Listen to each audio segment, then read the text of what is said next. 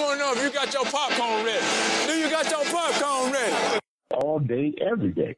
Good morning, my neighbors!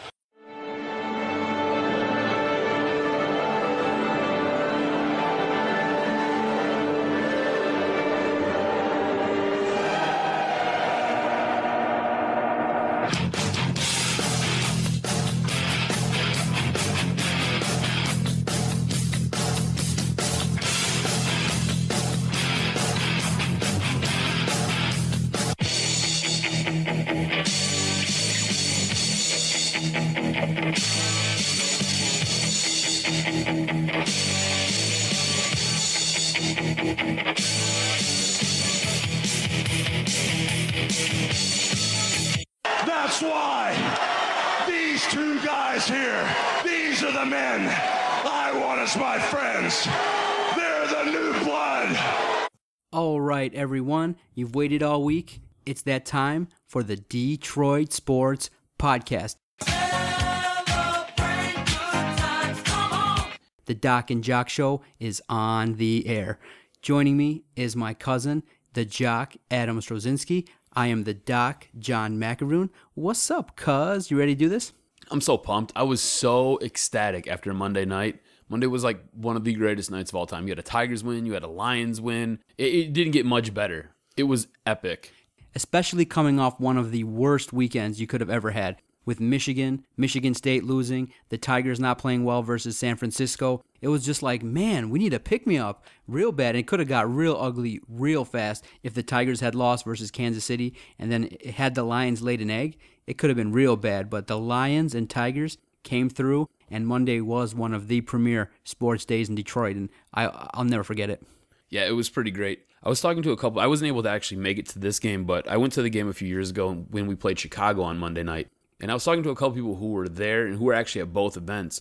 And I said, was it anything like that Monday night against the Bears? And they said, no, but it was really close. They said it was so loud and it was so packed and so raucous in the stadium that it was unbelievable. And I was like, wow, that's incredible. Because I remember what that Monday night against Chicago was when Javid Best broke that long run to score that touchdown and we beat the Bears. That place, you couldn't hear yourself think. So just to think about all that energy and just the impact of this game basically kicking off this Lions season and kind of what it means and how good this Lions team actually looked playing against the Giants, it was pretty incredible. We got a jam-packed podcast to get to this week because we're going to hit on, obviously, the Lions' Game 1 destruction versus the Giants. We're going to definitely talk about Michigan and Michigan State, their losses to Notre Dame and Oregon. Both two sides of the coin of losses, but one team obviously taking the heat much more than the other. We're going to get a chance to talk to Mad Dog, David DeMarco from the Lansing 7:30 a.m.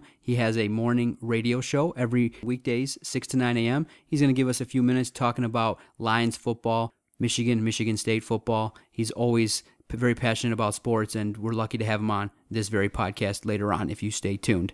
In the second half of the show, we're going to hit on the Tigers, resurging Tigers, obviously led by Miguel Cabrera, whose bat has come on fire since September 1st, and as a direct result, we are playing much better baseball, and as we speak, we're sitting in first place. It's all good. And then we're going to definitely finish the show with the pick'ems. Doc and Jock last year didn't do very well, but this season we both got 2 out of 3 right in the general round, and the Jock unfortunately got the extra 2 points because he knew the Lions were going to destroy the Giants. Right, baby. That's right. Come get me. I was pleasantly surprised because 99.9% of the national media were like Lions all across the board. It was so nice to see Honolulu Blue all on ESPN, all on CBS, all on Yahoo. But before the game, I got kind of nervous, like, wow, everybody and their mama is picking the Lions to win. Everybody wanted them to win. Wasn't it an uncomfortable feeling? It was very uncomfortable. I was like, wow, can they actually not perform and lay an egg on the first game? Luckily, they didn't. Because how did the Giants leave Calvin Johnson that wide open? That's like a Lions-type mistake. Awful. On the first drive, we got a touchdown. Beautiful, beautiful pass from Matthew Stafford to Calvin, who obviously are in midseason form. Their connection is pretty strong. And Matthew Stafford, he looks in much better shape. And just that alone helped him to play much better versus the Giants. Kept plays alive, ran the ball into the end zone, made great throws, did not make that big mistake, And the Lions, cuz, they obviously made some mistakes. Discipline was an issue, but in past years, those issues would come back to haunt them. They overcame it, and we'll get a chance to talk about it, but the Giants were awful, and so it's tough to really evaluate the Lions after game one because the Giants really didn't play a competitive football game. Their offense was horrendous. They are not improving on offense with that new system, and Eli looked really, really uncomfortable with all those signals, and it just looked out of whack, out of sync, and it looked Lion-esque. Dude, they're doing like finger guns out there, man. They look like me in my wedding pictures, like bang, bang, bang. Like, no, dude, the Giants, I don't know if this game was a statement win for the Lions, but I do know this. I think they looked as good as they looked because the Giants look atrocious. The Giants don't even look like a football team at this point. I have no idea what they're doing out there. I don't think Eli knows what he's doing out there. However, I do love when he throws interceptions or he makes really bad passes because it always looks like he has the worst case of gas ever. He just like squinches his face up and looks like he's about to poop on himself. It's incredible. I love when he messes up. But they look really bad. They can't run the ball. They can't throw the ball. Their defense looks porous. I mean, the best part about that Calvin Johnson play that you were just talking about was watching the replay and seeing the two cornerbacks collide into each other. That was awesome. That was something that you would basically see on Madden, and that's what we're running a Madden offense. So why not get some Madden defenses out there? And that's what I think the Giants have right now. They have like a very porous video game defense right now. I think the Giants really made the Lions look really good on Monday night. Eli, 18 of 33, 163 yards, 1 touchdown, 2 interceptions. Obviously, Stafford won out in that battle of the quarterbacks. He looked much better. He went 22 of 32, 346 yards, 2 touchdowns. And that first half, every fantasy player that had Stafford and Calvin was rejoicing, and all the fans in Detroit were like, yes. Although, the game was close at halftime. It was only 14-7, I believe, at the half. And then the Giants just stalled. They got the ball back and really never got the game competitive, even after the Lions tried a little bit to get them in the game with that penalty, with that roughing the punter penalty. But the Which Giants, was a total gift. That was a total gift. It was. And it kept the drive alive, and that's how they kind of got their momentum going, and they kind of righted the ship a little bit because it could have got out of hand much faster. But in the second half, the Lions played consistent on offense. Calvin Johnson, Golden Tate, I think, was targeted 6 times, made all 6 catches for 90-plus yards. How different is that? Actually having a secondary receiver who doesn't drop the ball. It was nice. Because what was your best takeaway from Lions game number 1 versus the Giants? Overall, I liked what the offense did. I thought they looked well. Stafford looks like he's playing poised. He looks like he's under control. I know that defense didn't really do a whole ton to really disrupt him, but on those 2 touchdown passes, he did a good job eluding defenders, stepping up into the pocket, and making nice passes. He didn't just throw the ball all willy-nilly, throw it into traffic. He actually put the ball where he wanted to put it, which was nice to see. It looks like a totally different Matt Stafford than the one we had last year to the one we have this year. The pressure that the front line got and put on Eli Manning, I thought that was great. I thought they looked good. They sat there, they hurried him, they rushed him, they hit him, they sacked him. There were a few tackles for losses, which was great. DeAndre Levy in that linebacking core, I think DeAndre Levy looks poised to have another really standout year. We talked about it a little bit going into this season. Can this linebacking core kind of rise up to the occasion like they did last year? Because last year, DeAndre Levy himself looked like he was a breakout star. It looked like he had a career year. He played outstanding, played out of his mind. And on Monday night, he looked incredible, especially when his bicep made an interception. That was his bicep. It's like his bicep had little fingers and just kind of grabbed that ball and held it up from hitting the turf. So those are the things that I thought were total pluses for this team. Now, you said the offense was effective, which it was in terms of the passing game. But for a football team to be complete, you got to have balance. And so obviously a concern that I had coming out of that game was Joique Bell and Reggie Bush weren't all that effective and weren't all that impressive. In combination with the fact the offensive line struggled a little bit. Was it Joique Bell who fumbled, but we got the ball back? Yes. Yeah, Joique Bell, dropped the football. We got lucky. His mistake didn't cost us a turnover, which was good. We didn't have, I don't think we had any turnovers in the game, which was very productive. But at the same time, I think Reggie Bush and Joique Bell got to do a little bit more in the running game. Reggie Bush, I think Reggie Bush got around 46 yards receiving. He did pretty well in the screen game. Obviously, he's a threat coming out of the backfield as a receiver. But I don't think the Lions throughout this season can be successful if that O-line and the running game doesn't pick it up.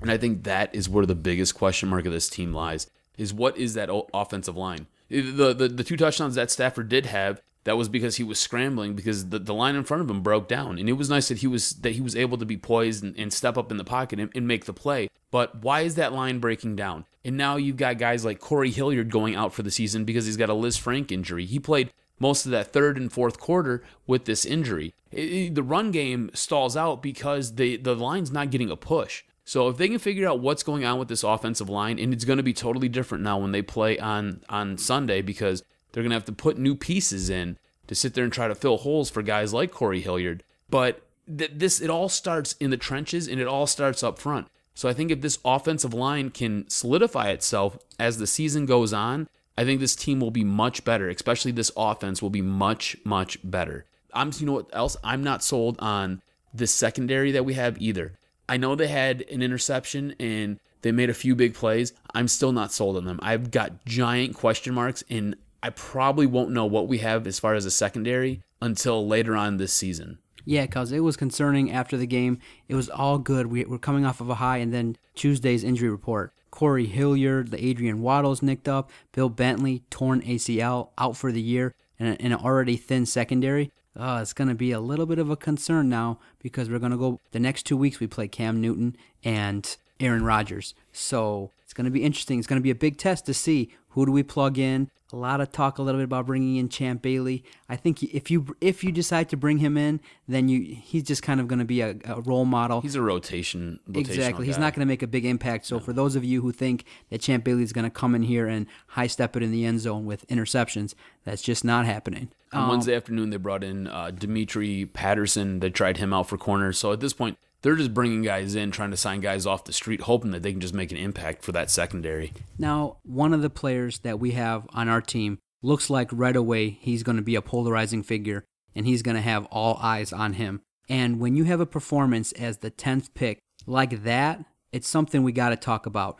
Now, on this issue, there's really 2 sides of the fence. You could say, you know what? He's a rookie. It's going to take time. But if Eric Ebron is going to have a game with 0 catches, that can't happen. I know he was targeted twice, and one of the passes that he missed was called a penalty, which I tweeted out. I was like, okay, he dropped the ball, no problem, but it was a penalty. As the 10th overall pick, he unfortunately is going to bear the brunt of the fans' anger and the Doc's anger, not because we expect him to light up the world with 15 touchdowns and yards, but if you don't draft that position, you have another player that can benefit this team. Now, yes, obviously most people are saying that rookies don't have that impact, but you don't need a tight end.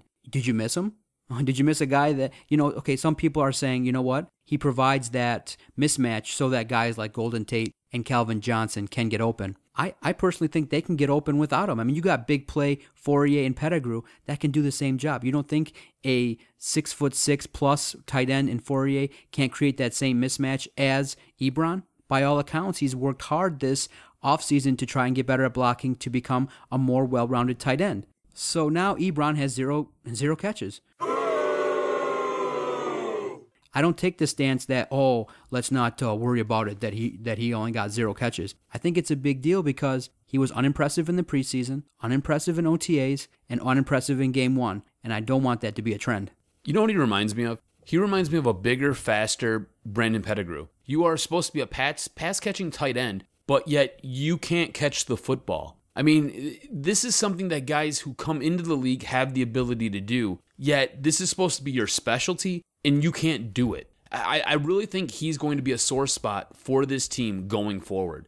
He just doesn't, I don't think he has the capability to be what he was drafted to be. And I think, unfortunately, he's going to be paralyzed by being the 10th pick. The 10th pick. That means this is a player that can be productive. And now you can tell that teams are not really wasting first-round picks on tight ends. They're not wasting those picks on running backs. They're using them on wide receivers, offensive linemen, or defensive linemen. Okay, fine. You don't want to draft a corner at that position because that takes time. Why draft a tight end? Get a guy that can have an impact on the O-line or D-line. And you know what? He doesn't have to be on the D-line, just on that defense, period. You could have drafted a guy like Darqueze Dennard. I know he was inactive for Sunday's game, But rumors coming out of camp was he was the second coming of Christ for a cornerback. I mean, go out and get these guys to help this defense. This offense has so many toys on it. I don't really think that you would miss Eric Ebron if he wasn't there. I mean, obviously the score didn't dictate that you missed him because he didn't have any catches. He didn't do anything. He was just there. He's like a decoy. And because I think fresh in everybody's mind is you already have now a draft class in 2011 that is a complete bust. You got one player left from the entire draft. And now, who are the players from this draft? So the fans and media are educated. We all see what's going on. We just want to have more players that are picked up in free agency and through the draft be productive for this team. Because the ceiling, I think, for this team, if everything kind of clicks together on offense and defense, the ceiling can be pretty high, just maybe getting to the playoffs and winning a game. If the Lions can make the right moves and continue to improve throughout the season, then I think we got a chance to make a run in the playoffs.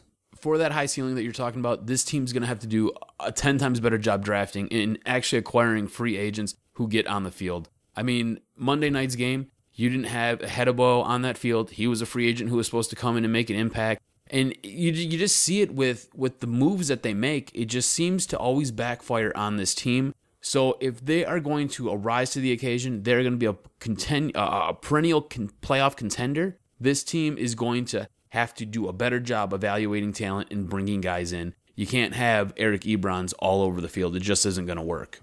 Can't wait. I can't wait for the next two games to kind of evaluate where the Lions are at versus teams that are a little bit more competitive. Stay tuned. We're going to tackle issues regarding the Lions, Michigan State, and U of M with the host of Mad Dog in the Morning, David Mad Dog DeMarco. Stay with us.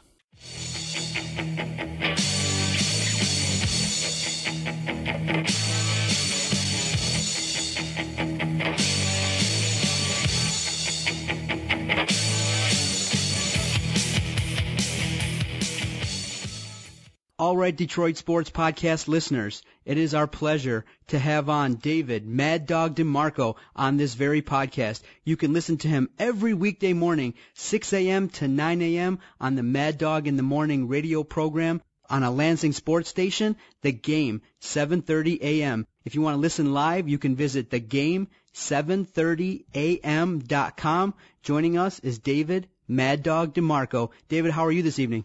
I'm doing well, guys. How are you guys doing? Oh, it's a great night here in Detroit. We're having a good time, and we're looking forward to chatting with you regarding some football. Anything you want to talk about, we're ready to roll. Well, so let's kick it off with our Lions. Great 35-14 win to open the season versus the Giants. The offense delivered as promised. Matthew Stafford, much improved performance. Calvin Johnson lived up to the hype. Unbelievable play by the offense. What was your take on the Lions opening game versus the Giants? Well, I was there, and I mean they had I don't know how many times in the history of the Lions and the Tigers where both teams played in the same day and both teams, won in the same day, and you could just walk across the street from Comerica to Ford Field. But I know that the crowd is never in doubt in the history of the Detroit Lions. The team and the ownership's always been the thing that is in doubt. One win with the Lions, I mean, everyone knew last year that with Aaron Rodgers on the shelf for 2 months and Detroit in the driver's seat, they couldn't cut the cake. They couldn't get it done. They lost games at home they should have won. And again, Sue was getting himself a little bit into trouble on the field. Matthew Stafford wasn't performing like he should. Calvin Johnson wasn't coming up with big catches when they needed it. And the bottom line is that's why Jim Schwartz lost his job. Now there's a new sheriff in town. His name's Jim Caldwell, another head coach. Okay, so they bring him in. He's got the experience from the Colts and the experience is working with Joe Flacco and the Ravens. They bring in Vince Lombardi's grandson to run the offense. They go against the grain and draft a tight end. They're in their first round. And now we look at, a Giants team that, this is going to be Tom Coughlin's last swan song.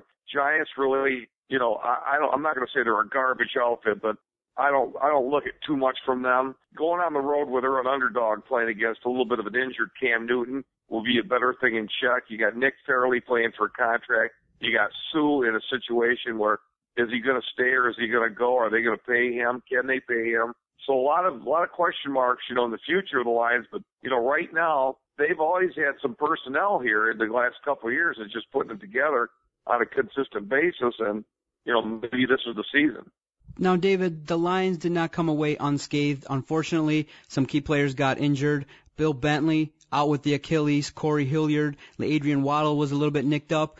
Do you think they can overcome these injuries, and what do you think they're going to do to replace these injured players?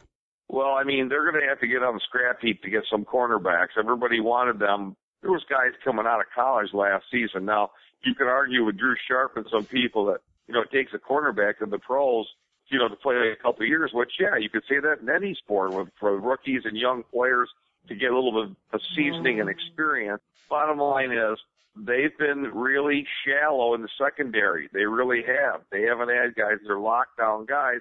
There's not a lot of lockdown guys in the National Football League. Their defense, another thing, they have a new defensive coordinator who worked with Jim Caldwell in Baltimore. So, they're going to have quite a pass rush. They're going to have to start doing that, and with their linebackers, and if they can keep guys healthy. It seems like the Lions do have a problem in their secondary, and they've had that for a while, and they haven't addressed it. And the players that they have had, guys have gotten hurt. Delmas is gone. Barry a couple of years ago, they had to cut him because of the problems he got in. So we're going to see. Cam Newton's going to test them out, and I'm sure when they get into a conference play with Cutler and Rodgers, those guys are going to test those secondary cats out too. Okay, Mad Dog, what do you think fans can expect from this Lions team going forward this season? They looked really good on Monday night, but like you said, that might have been more a compliment of what the Giants aren't. So what do we think that the Lions might be going forward this season? Well, the Lions are the Lions. They're an enigma. They have good personnel here. They've had a decent draft the last couple of years, and they still, have the residuals of Lawan and Mayhew of the Millen era. But Ford Sr., they always say fish rots from the head down, and all due respect, he's not around. So they can't, gas Ford Sr. any longer. You saw the Chicago Blackhawks with Mr. Wirtz passing and Rocky Wirtz taking over, and they've won 2 Stanley Cups. I don't have to tell you guys, being in Detroit, what the magnitude of a team of the Lions winning a Super Bowl would be. I was there on Monday night, and it's just absolutely intense. The fan base, the guys that are in their 20s that, just love the Lions, and they don't even know the history going back to Bobby Lane and all the suffering they've had to go through. And, watching a guy that was a quarterback on The Biggest Loser now, and Barry Sanders, the greatest running back in the history, 2 number 20s that are in the Hall of Fame. If Billy Sims, he doesn't get hurt in the Metrodome, there's 3 number 20s. They've had good players in Detroit. They got close one time in the history of this franchise. They're the Chicago Cubs of the National Football League. What do I think going ahead? I think they have to be consistent. I think that they have to get a tradition of winning started now. You saw those people together at the Tigers game last night, Calvin Johnson and Reggie Bush and Matthew Stafford. These guys are tight. Is Ndamukong Suh, is he going to stay? He loves that moniker of the dirtiest player in football. Yeah, that's cool. Real cool, getting fined all the time and not helping your team. So I think Caldwell's a no messing around kind of cat. He knows the longevity of the losing, and that's what they have to install in these younger players is, we can compete. Cutler can be beat. Rodgers, they saw Green Bay just get their posteriors kicked in on Thursday night by Seattle. And, they see. Russell Wilson comes in from Wisconsin, and in 2 years under a cheating college coach and Pete Carroll, they get it done up in Seattle. So, yeah, why not? Why can't the Lions win now? All right, moving from one historically bad team to a team that if they don't clean their act up very soon, they're going to be a historically bad team. What was your reaction to the Michigan drubbing that they took at the hands of Notre Dame this weekend? It's pretty hard not to pile on in this circumstance, really. As a talk show host, you got to pull back on the reins. But this just give us it all. You know what? I'm a Michigan fan, and I think they are awful. And Brady Hoke, I think he needs to go. Just blow it all up. Well, I think this is a bad football team. Thing is, though, what direction are you going to go into? If you think Jim Harbaugh is going to leave the 49ers to come to Michigan, I can't see that. I really can't. If you're going to say that, the 49ers players are getting in trouble. Hell, the whole NFL. I mean, if you're a head coach there, we were just talking about the Lions. They've had trouble with the players there. You look at what's going on in Baltimore with Ray Rice. You look at this team. You look what happened last year with Richie Incognito and then Jonathan Martin. I mean, come on. That's the National Football League. I think as far as Brady Hoke goes, you know what? I shake my head at that situation. This guy might have been a classic example of the Bobby Williams syndrome. I mean, he might have been thrust into a circumstance saying, you know what, I can get this done. I've been at Michigan, but the bottom line is he might be a coordinator. He might be an assistant coach. He might have hired the wrong people. All Michigan's done in their career, even with Bull, is get 4-star players. Everybody, not everyone, but a lot of people dislike Lloyd Carr. Well, all he did is average 10 wins a season, put guys in the NFL, run a clean program, and, lose to Appalachian State. So that's what he is going to be, a wounded knee. I mean, Rich Rodriguez wasn't given a full chance, but his players started calling media people, and, they wanted total anonymity who those players were. Rich Rodriguez thought he was going to come in here and be like Wyatt Earp and, make a name for himself, and he was going to do this. Little by little, he's built Arizona up. Maybe Brady Hoke, maybe it's just too much for him. Maybe it's a bad situation. Maybe it's too bad pressure. But they're a bad football team. They were a bad football team last year. It all works in between the trenches and the line, defense and offense. And as far as offensive line, I'm not going back to what happened in the state game last year, but it has really been bad since Devin Gardner's been on his back. I just think that maybe some of this stuff is cyclical. You've watched Nebraska be bad for a while, a long time ago. Oklahoma be bad for a long time ago. USC, well, they had to cheat to get good because of Carroll, but you see this stuff. I don't know if there's a Glenn Bo Schembechler out there. I don't know. I mean, I've had people say that to me time and time again, and you know what? I can't see it. There's one Bo. But, I mean, you look at what Lloyd did. He won a national championship. Bo didn't. You know what? Michigan's about winning. It's about tradition. They brought Deerdorf on to work with Brandstetter, and I just can't see it. And one of the guys that really covers this, he told me on the Mad Dog show, Dave, don't be surprised if this team goes 500. This team goes 500. This guy's not going to be working there. David Brandon's going to have public opinion, and people aren't going to buy season tickets. And if you don't go to the big house, you're going to be gone. All right, I want to go back to a name that you said. You said Jim Harbaugh, and maybe it's just the water coolers that I hang around with, but some water cooler talk that I've been hearing that has been discussed is Jim Harbaugh's kind of on the hot seat in San Francisco, and there is that tension there with his front office. His contract's up. If that doesn't get picked up, do you, as the Michigan Wolverine program, do you go out and do you blow out Dave Brandon? Do you blow out Brady Hoke? And do you basically give the keys to the Jeep to Jim Harbaugh and you instill him as the AD and you let him run this football program? Would you be opposed to possibly doing something like that if you ran Michigan? Well, I mean, desperate people do desperate things. I mean, he's never been an athletic director. I mean, that never works out if a guy's an athletic director and a head coach. George Pearl tried it. It didn't work out for him. I mean, Barry Alvarez, gave the keys to Brett Bielema, and he took over and became, I understand if you're a Michigan faithful or an alumnus or former player, they had a lot of problems with Jim Harbaugh here a few years ago. I've talked to Jamie Morris. I know him. They were best friends. If you remember 5 years ago or so, they had a problem with Jim Harbaugh. Then all of a sudden, Jim Harbaugh starts at San Diego University. Then he goes to San Diego State. Then he goes to Stanford, and then he wins there, and then he goes into the pros. And you know what? Wishful thinking's one thing. I mean, everybody thought at Notre Dame Urban Meyer was going to go there, and he pulled rank, and he went to Florida, and they get stuck with fat Charles Weiss, and you know how that story ended. You know what? When you think the grass is green around the other side, and you think if this guy comes home and he's going to, bring a winning thing, I don't know if that's possible. I really don't. That's a lot of pressure on Harbaugh. Just because if things might not be Wizard of Oz-like perfect for Harbaugh in San Francisco, who's to say another pro team's not going to – I mean, how much money are they going to pay him? I mean, you look at Coach K at Duke, he's making $10 million a year, but he's Coach K also. Nick Saban's pushing $7 million. if Harbaugh comes in back of the college game, they're going to have to pay him a ton. You want him to build your football team up. How is he going to build your football team up when he's got, double responsibilities as an athletic director?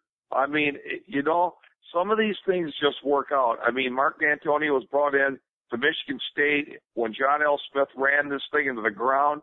He had already been there for 6 years with the Nick Saban. He went as Tressel's D coordinator for the Ohio State Buckeyes, won a national championship. He resurrected just an absolute dead, rotten, stinking program in Cincinnati, put it on a plate for Brian Kelly to go 34-6.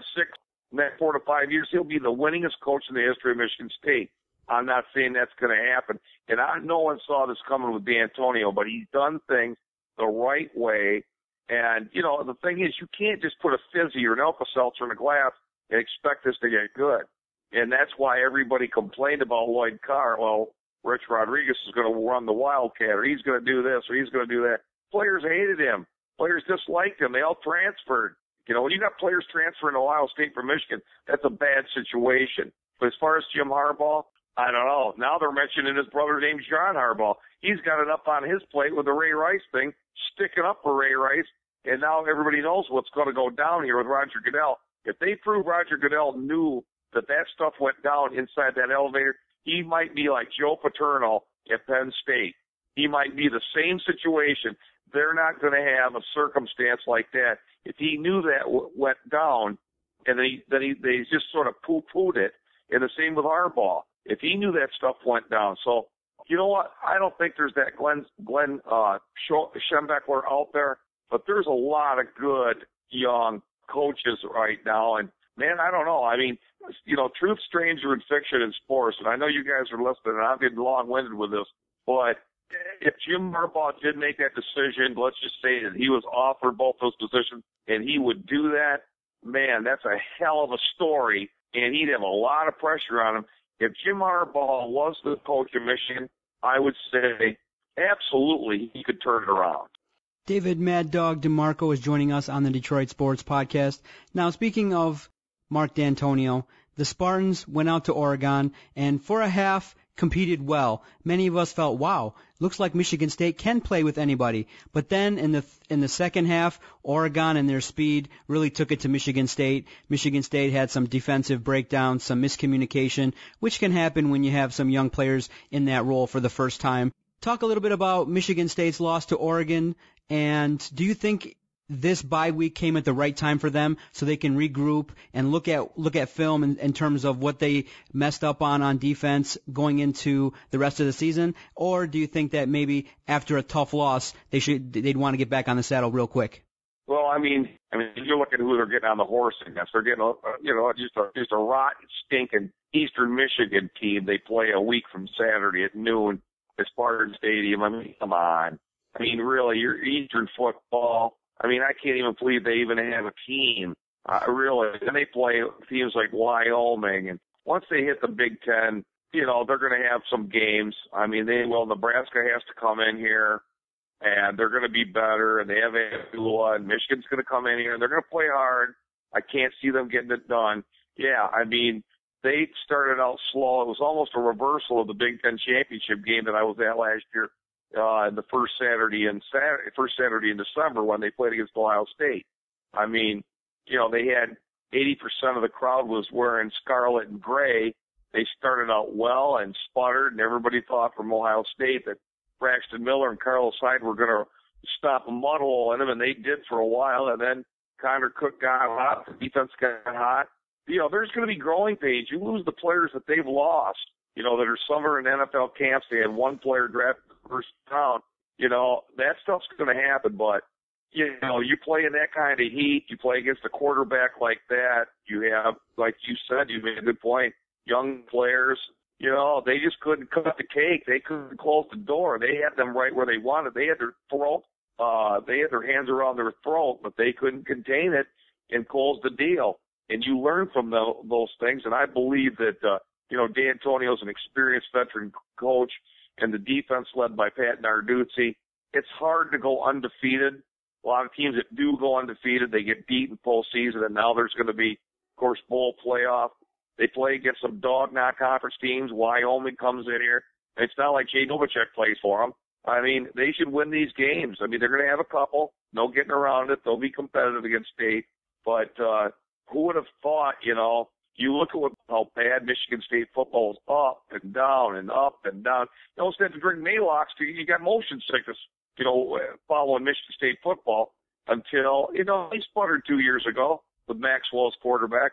They got a quarterback, and that's what they need. I think Devin Gardner, I go with the other quarterback for one thing. That's for sure.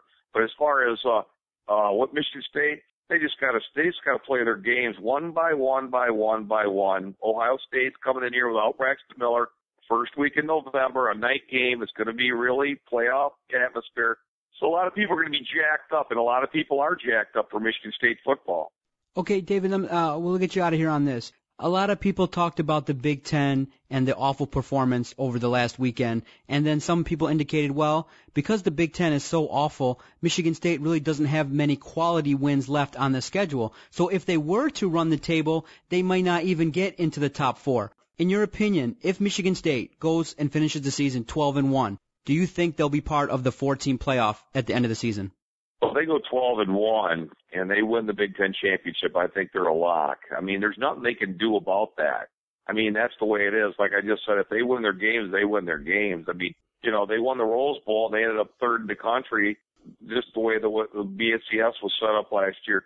That's hard for me to say. I really don't know how these other Big Ten teams, Penn State, they still got to play Nebraska, they still got to play Michigan. If Michigan gets any, you know, slight kind of resuscitation here, and, you know, they got to play Ohio State. I think I said them. But, I mean, all they can do is play the games. I mean, if they go 12-1 and don't make the playoffs, I mean, that would be unbelievable. But, like I said, you know, college football is crazy, and the Pac-12 is going to be better. We know that. SEC is SEC football. You know, Jameis Winston's going to be doing down in the ACC. So all they can do is play the games every week and count them as they go. I mean, I really can't say one way or another. I mean, if they go 12-1 and don't make the playoffs, I mean, Jesse James did better jobs outside of trains. I just think that college football was so close to creating a perfect system. I think what they should have did was they had the BCS system. I think they could have applied it to a playoff and just used the BCS rankings and expand it to 4 teams. Now you have a committee, and now again we're back in the situation where we have to kind of play our games, but then we have to kind of let a committee decide whether Michigan State will be qualified to be in the Final Four should they win all their games. I just don't like that. I think that they should use computer rankings and just take the top 4 and create a playoff. But they didn't do it, and you're right. Michigan State, I think, will use this week to get better. I think that going through the Big Ten will be another challenge, and should they come through, I think that they will be a great representative in the playoff should they get there. And I think I'm hoping maybe we get a chance to rematch versus Oregon, maybe get revenge this season instead of next. Yeah, I mean, all they can do is win the games that are ahead of them and stay healthy. Connor's got to stay healthy. He's got a little bit of a ding up and that he received against Jacksonville State, and you know, they got guys backing them up, a little bit of experience there. Jeremy Langford, their offensive line's got to just continue to get better. Their younger players got to continue to get better. But, yeah, I mean, they'll end up by tweaking this a little bit, but the BCS is dead, and that's just the way it's set up. David Mad Dog DeMarco from 7:30 a.m. WVFN in Lansing. You can listen to him live every morning, weekday morning, 6 to 9 a.m. at thegame730am.com. David, thanks for your time this evening. We greatly enjoyed it. All right, gentlemen. You have a good week, and we'll see how this all plays out, and we'll see how the Tigers, they're going to be in first place by the time we wake up in the morning. Yes, David, you're welcome on this podcast anytime. We look forward to chatting again. Okay, thank you.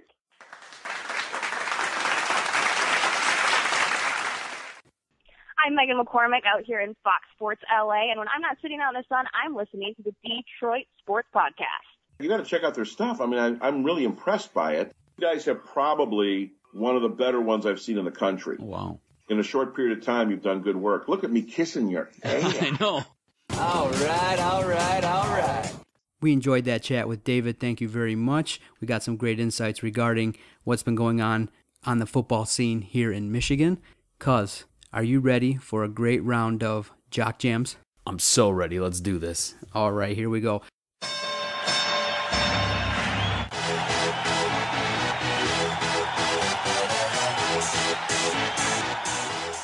This is a jam-packed Jock Jams. I mean, wow, lots of breaking news this week. It wasn't a quiet sports week like we've had in the past. This one was exciting. You ready? Yes, sir. All right, guys.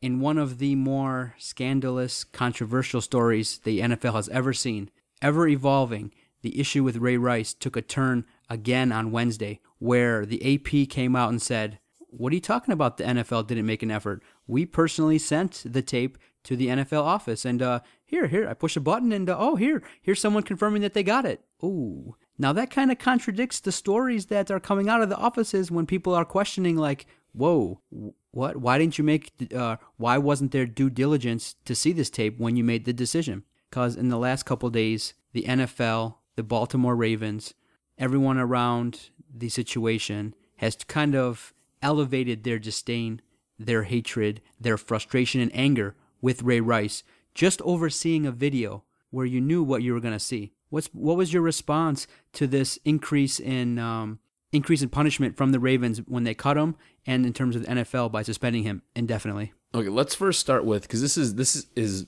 very multi-layered. Let's first start with the video.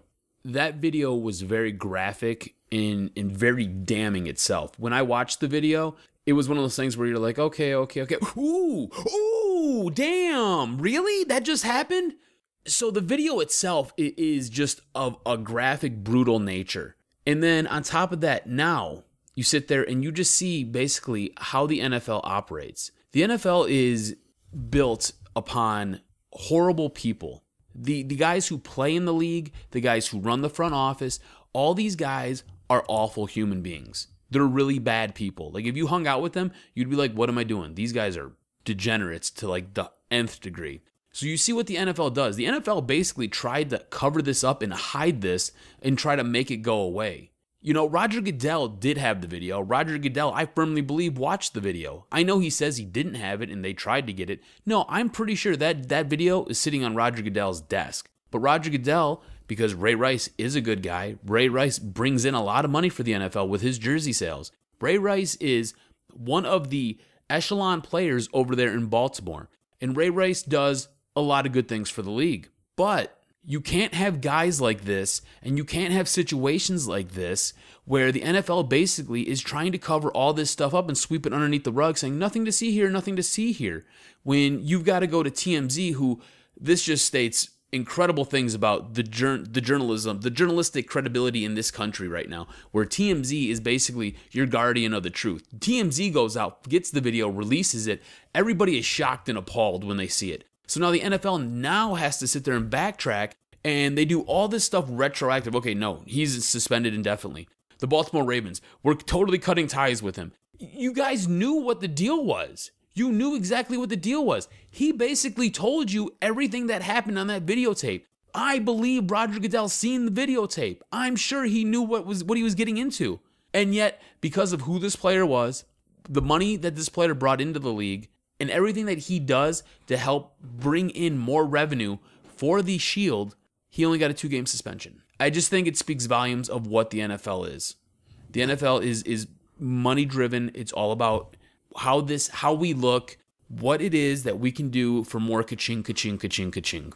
Real fast, you're a GM of a team like Cleveland. You're a GM of a team maybe like the Lions. He will get another shot. Would you give him that shot? You're the GM. Would you give him that shot? If you're a GM of a team, maybe on the fringe, would you make a call to a guy like Ray Rice and give him that second chance? In the NFL, it is all about winning. It's all about W's over L's. So if I was on the fringe and I felt like he would help my team, you're going to make that call, because he, up until probably last year, he was a top 5 running back in the league.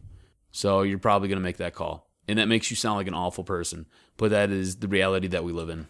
Okay, no, I agree. I think his suspension indefinitely is a punishment that he should have got earlier. And unfortunately, it looks bad when you already dole out the punishment, and then it's kind of one of those weird stories where you kind of got the same story twice, and then you got 2 different narratives. So you had the first reaction to the story, you had the minimal punishment, then you had the second part of the story where you saw the video, and then you had the correct response, which I think is disingenuous, because I think the NFL and the Ravens just kowtowed to the public reaction. That's exactly what it was. That's what they did. And so obviously they were like, oh, okay, now we have the second phase of the story. let's do it right this time, and damned what we did in the past, and damned.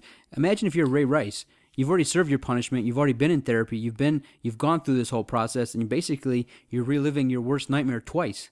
And it's just one of those weird stories that unfortunately has dragged on since it came out, and it kind of reared its ugly head again. And now, hopefully, we can continue to talk about domestic violence so that it doesn't happen anymore. The worst part is, the longer this goes on, the more comes out about it, and the more brutal it sounds. Apparently, he spit on her twice.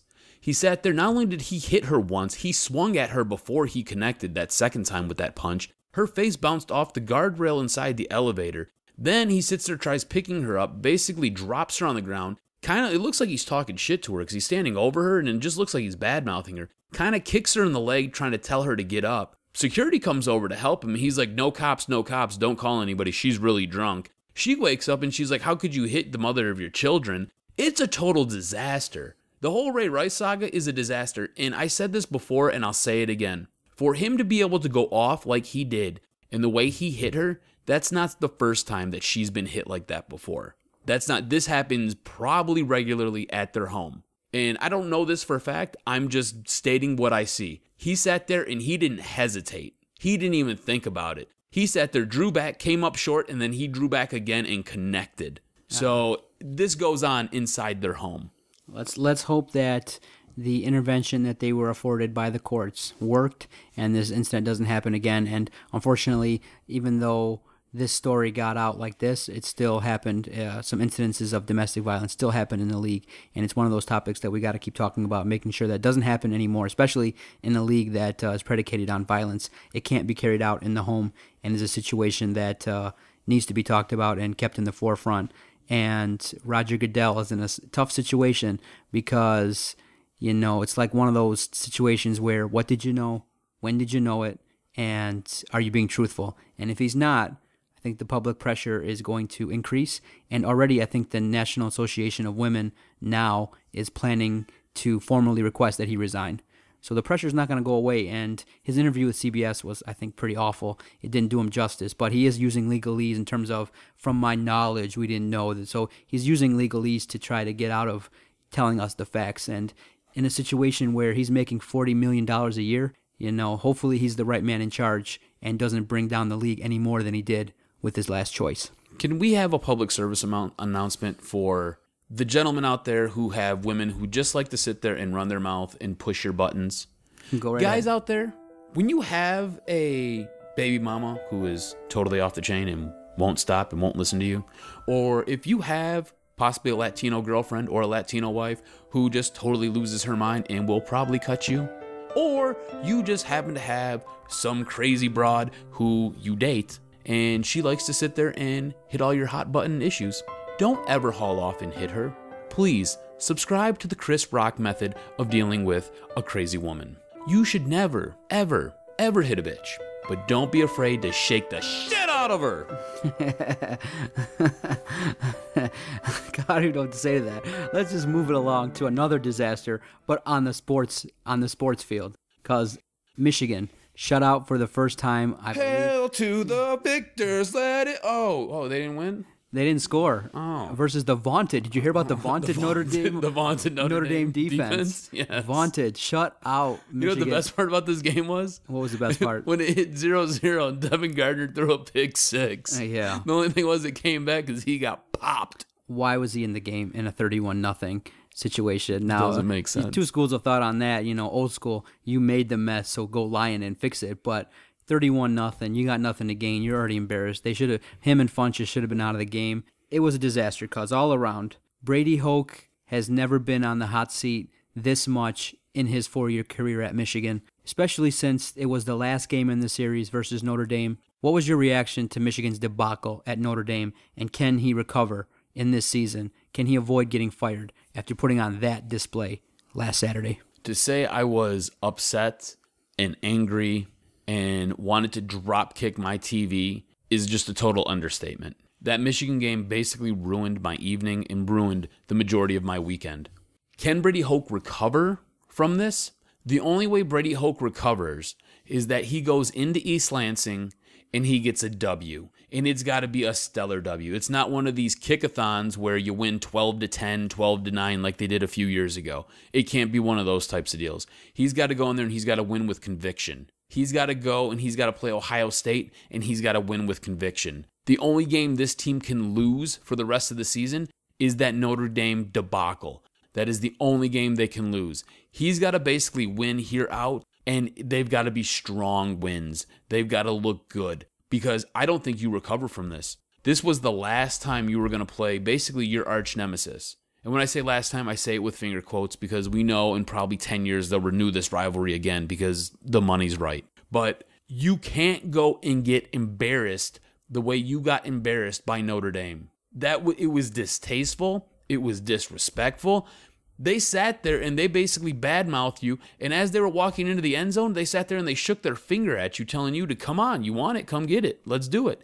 And you couldn't even dance with them. You looked like you were a disaster. The best part was Everett Golston couldn't even get plays called into him. They sat there and they had to basically burn every timeout they had in that first quarter because Everett Golston couldn't hear either the plays or they couldn't get the plays in on time. So you have this team basically shooting itself in the foot and you can't capitalize on it. And then you come out and you say that you don't see anything wrong with anything? Brady Hoke, what game are you watching? Because we know that you're not listening to the headset because you don't even know what plays are getting called. So you can't help there, but you're going to help coach these guys up. Why don't you just go away? Brady Hoke, please just go away. Do the Michigan program a favor and just go away. Be somebody's defensive coordinator, be somebody's linebacker coach, be somebody else's something, but you need to go away. This team is a disaster. This team looks horrible. It's been 4 years, and we have no idea what their identity is. Do they have a rock'em sock'em tough defense? I have no idea. Do they have a really good offense that's high-powered, looks something similar to what maybe Oregon's throwing out there? I have no idea. But you know what I do know that they have? They have a tight end who's pretty good. But you know what they don't have? They don't have a quarterback who can get them the damn ball. And they haven't had a quarterback in years. I don't know why you don't take Devin Gardner. You maybe put him as some type of special player. Put him as a slash player. Bring Antoine Randall back. I don't care.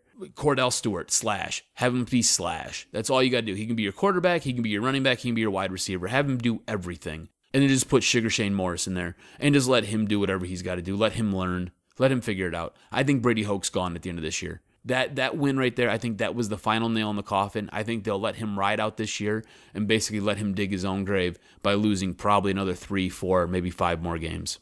The Big House is going to start facing some issues with empty seats if this continues. I mean, if the weather's like it was on Wednesday versus Miami of Ohio, would you go out there? I wouldn't. I wouldn't not. Put no money in Michigan unless, I think, maybe a guy like Stephen Ross, the billionaire owner of the Miami Dolphins, who's a contributor to Michigan, he's going to have to, swing the hammer and be like, listen, my checkbook is closed as long as Hoke is there. So if you want the cash, bust out someone else, because I wouldn't put no money into it. Me, myself, I have a lot of decisions to make coming up. I'm supposed to go to the Michigan-Minnesota game. I have no idea if I'm going to do that now. After this loss, I have no idea. Because why do I want to sit there and why do I want to waste and invest this much money? Yeah, because should they lose, it could be his last game. Should they lose to Utah and Minnesota back-to-back, it could be his last game. All right, because Michigan is a saga that is going to be something to look for the rest of the year. Wow. Because news broke on Wednesday that Chauncey Billups is retiring. He had a 17-year career, one of those interesting careers where he was first cast off, bounced around from team to team, and then he hit his stride with the Pistons, winning the championship and the MVP in 2004. And then, kind of towards the end of his career, kind of hung on maybe 1 year too long. Last year with the Pistons didn't do much, was often injured. But just in your opinion, what are your thoughts regarding Mr. Big Shot, Chauncey Billups, and his career? I think he is a great story. Basically, like you said, I think he was drafted 3rd overall by the Celtics. He sat there, bounced around from a few teams. He couldn't figure out basically how to play his position. Ends up in Detroit, and basically he becomes the leader of this ragtag bunch.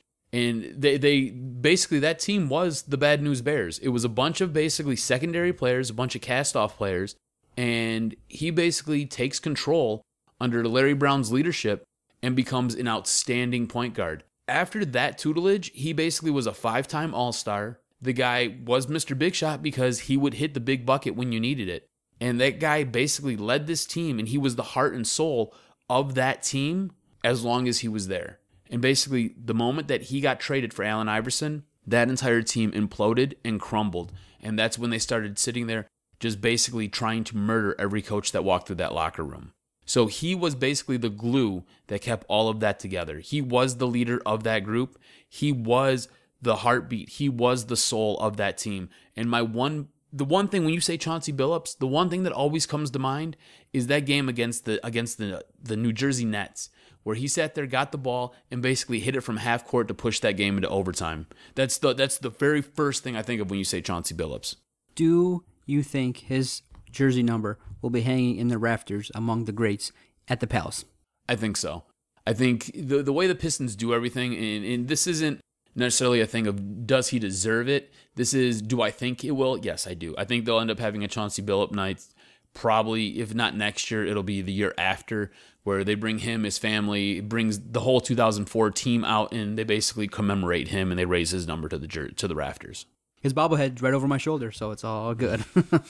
All right, cuz you did a great job. Jock Jams was unbelievable. You had a heavy-hitting CNN-type Jock Jams, but you did a good job, and you always bring the noise. It's all good. Thank you, sir. I appreciate it. I try to deliver like I'm a pizza delivery boy, hot and ready. All right, stay tuned. After the break, we're going to talk about the first place Detroit Tigers. Stay with us.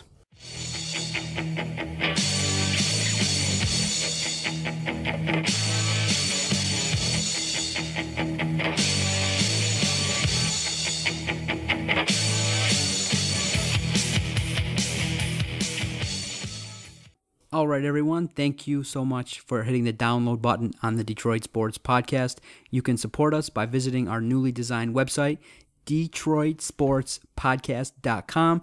You can click through all the banner links, and that's one great way to support us.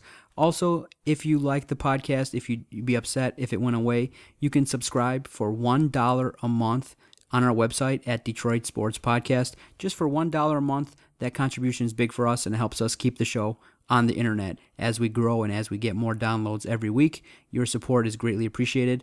And finally, one of the biggest ways that you can support us is if you shop at Amazon. If you get anything online, go through Amazon and they kick us back a little something. If you click through the Amazon banner link from our website, you're not paying anything more than you would if you go to the Amazon website. It's just if you make a purchase from Amazon through our website, they kick us back a little something, and that helps keep us afloat here at the Detroit Sports Podcast. All right, cuz the Tigers, with the resurgence of Miguel Cabrera at the forefront, dominating KC, who's just falling apart right before our eyes. Yeah, it's great to see that the Tigers are actually sitting there taking this team by the throat and basically choking them into submission right now. This is nice to see. They have to do this. This is the only way that they're going to get into the playoffs, because I don't want to hear about a wild card. I want them to win this division, and I want them to take it, and I want to go, and I want them to be... I don't want them to have to worry about having to win to get in. Just go win your division. You should be 6 games up right now. Just win your division. And you know what stinks, cuz? With JV and Miguel Cabrera being hurt, it's kind of like what's going on around town. It's like you're all excited waiting for the big games to take place, and then the power goes out because of the weather. That's what it's been like because JV and Miguel aren't themselves.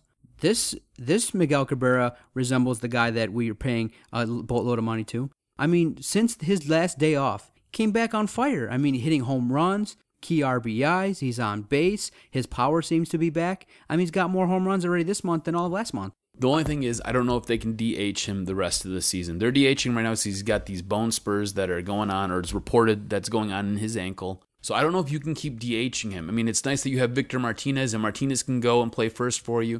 You know, if you have to, you can put Don Kelly in there. Don Kelly. Exactly. Ooh. Can I get the crickets? Don Kelly. And can you imagine? The DK broiler, bro. The Don DK broiler. Kelly starting center fielder on September 10th in a pennant race. Okay. Hey, somehow this guy bounces around and is always on the team. Whatever. He figures it out. I don't know. You imagine you're Dave Dombrowski. You're looking at the board and you see, like, if they have that big whiteboard and they have the position out there, and you're like, Don Kelly. Shit. Don friggin' Kelly. Shit. What the hell did I do? Shit. Can't get rid of the guy, man. He's like herpes. You just can't shake him. And then now he's productive. Every time you tweet out, what the hell is Don Kelly doing? He's getting RBIs. I mean, dude, he's survived Jim Leland. He's survived Brad Ausmus. Everyone's like, dang, Don Kelly, But he's done something. He's like that role player that everyone loves. Yeah, most definitely. How big a concern are these bone spurs in Miguel Cabrera's ankle? How what does this do for you? Does it trigger any type of, I don't know, sweat on the back of your neck? Because it makes me nervous. It makes me very nervous because I just wish that we could have the full allotment of talent and see what we could do. Mm-hmm. If JV was injury-free, if Miguel was injury-free all year long, it would be great to see. Because look what Mike Trout's doing out there for the Angels. I mean, he's absolutely balling, earning, I think, what's likely going to be an MVP award. But what if we had Miguel Cabrera all year long without these ankle injuries, without recovering from the groin surgery? It's just really, it's disheartening. It's like getting your popcorn ready and it's stale. It's like, oh man, it's still okay, but it's not, you're not getting the full enjoyment out of it. And he still got around 20 home runs. But what's been the saving grace that you haven't talked about? The resurgence of JD Martinez. Mm-hmm. I mean, we talked about it in previous podcasts. This guy, if he can light up and heat up, he can take the pressure off of Miguel and be that guy, be that driving force. I mean, he's mashing the baseball, literally. And with his resurgence, our offense has picked up. We're scoring 4 runs a game. And KC is obviously crumbling under the pressure. I mean, that play in the 8th inning, when you get a runner picked off, that is something that you don't see too often and can't really happen. And for KC to fall apart like that, it's going to be interesting to see how they respond to this in the next week and what happens next weekend when the Tigers head out there to KC. Do you think they'll be in first place at that time, or will they be trailing KC going into that series next week? I think they sit there and I think they hold on. I think they ride this heat wave all the way into the end of the year. I think they end up in first. I think they actually win this division.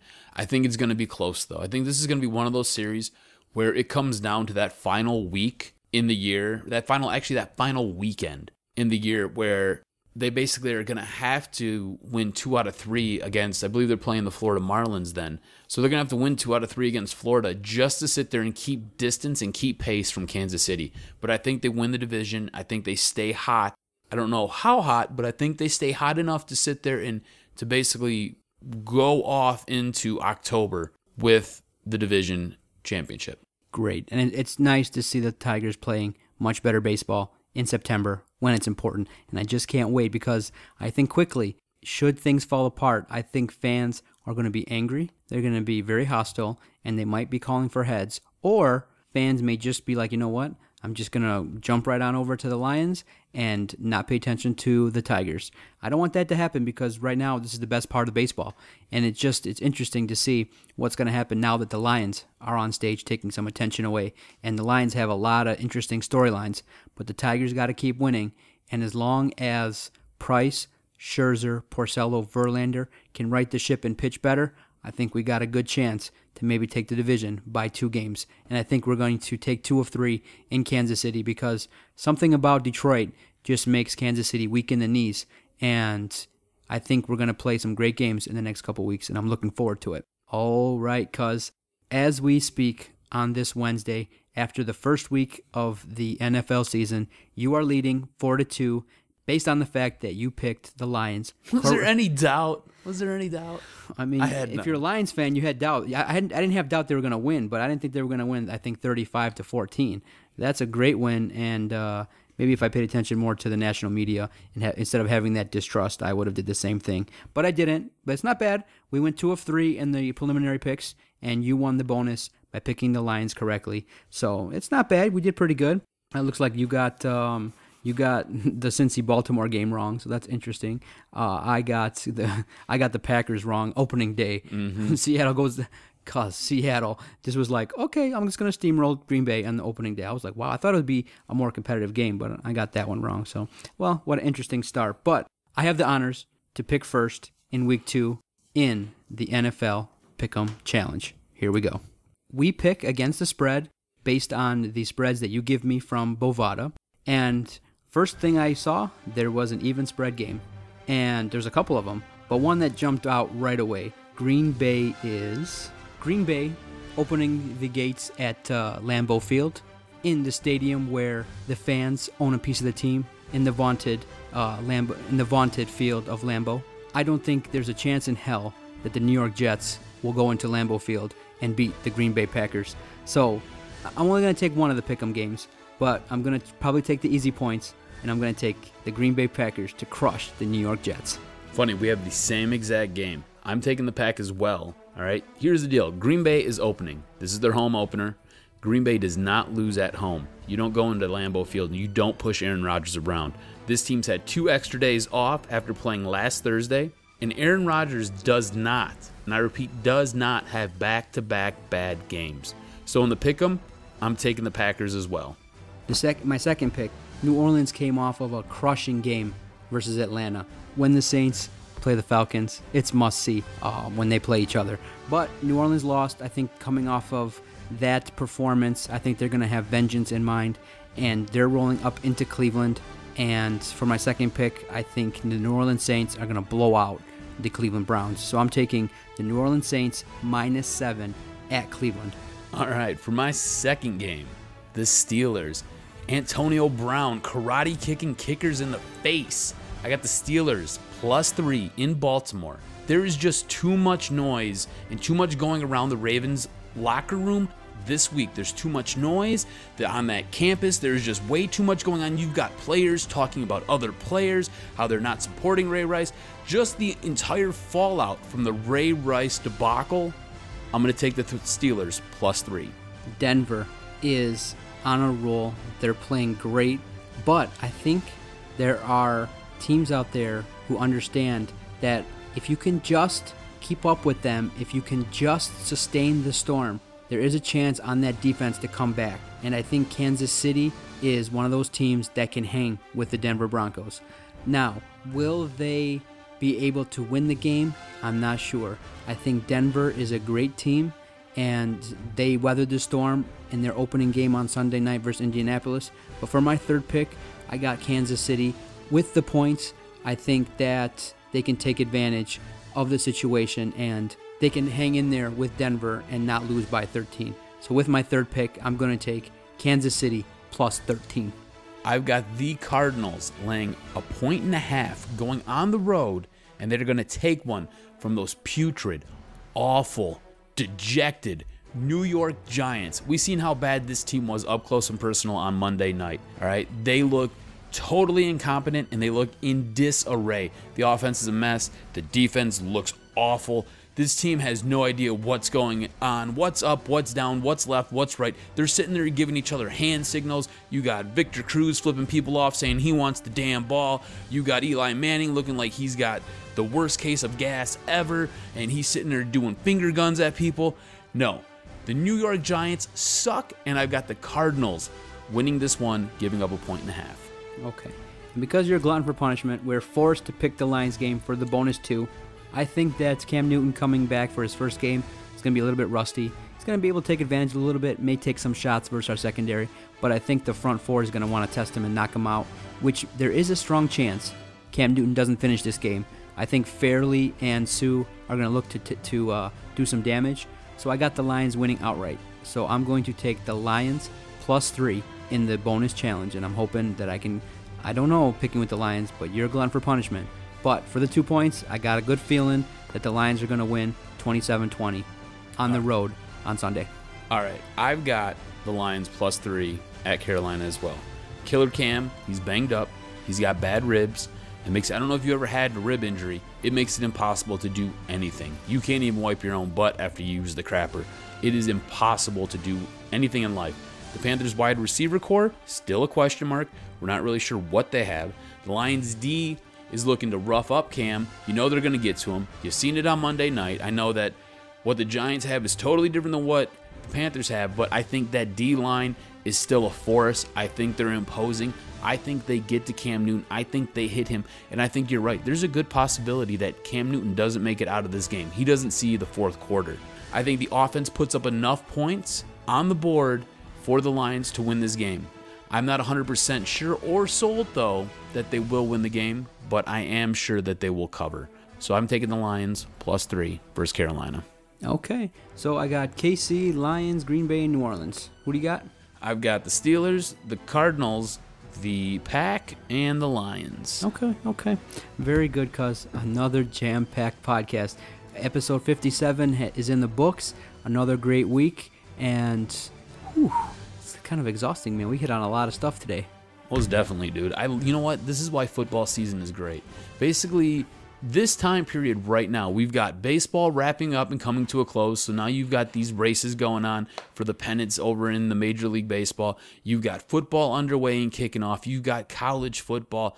Hockey season's right around the corner. And then right after that, it's basketball season, and we're in full go. And we're just got the pedal to the metal all the way, just cruising through. Yep. So I love this time of year. That's great, and we'll be here. Doc and Jock will be here every Thursday to break it all down and to give our great opinions. And look for us on Twitter.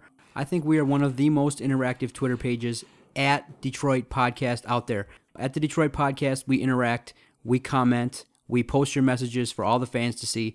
We are a sports community, and if you want to be part of the Detroit sports community, follow us on Twitter at Detroit Podcast. I think we're one of the best sports Twitter pages in the area, bar none. Thanks, everyone, for your support. Thanks for telling your friends. Thanks for retweeting our posts here at the Detroit Sports Podcast. And thank you for hitting the download button. We wouldn't do this without you. Thank you, and we'll see everyone next Thursday. Bye-bye. Go Lions. Yeah. I was like, this would be great to be wasted. Can we get drunk and do a whole show? Ooh, damn. Really? That just happened? These guys are tight. That's right. Come get me.